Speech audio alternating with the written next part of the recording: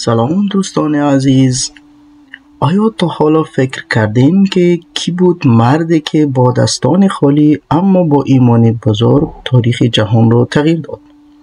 امروز فقط در 1 دقیقه شما را با زندگی پیامبر آشنا می کنم که نورش تا امروز هم در دل میلیون ها انسان می تابد.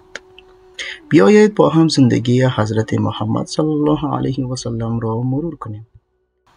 حضرت محمد صلی الله علیه و سلم پیامبر اسلام در سال 570 میلادی در شهر مکه به دنیا آمد.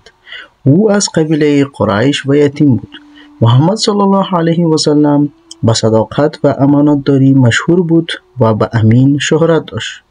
در 25 سالگی با حضرت خدیجه ازدواج کرد. در سن 40 سالگی در غار حرا به پیامبری برگزیده شد و اولین آیات قرآن بر او نازل گردید. او مردم را به یکتاپرستی، عدالت و اخلاق نیک دعوت کرد. با وجود مخالفت شدید مشرکان پیام اسلام را گسترش داد و پس از هجرت به مدینه جامعه بر پایه ایمان و برادری بنا نهاد. حضرت محمد صلی الله علیه و سلم در سال 632 میلادی در سن 63 سالگی درگذشت. اما آموزه های او تا امروز الهام بخش میلیون ها انسان در سراسر جهان است.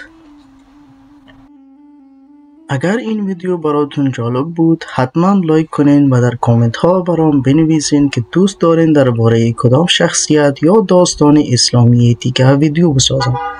برای حمایت از من کانال رو سابسکرایب کنین و زنگوله رو بزنین تا ویدیوهای بعدی رو از دست ندین.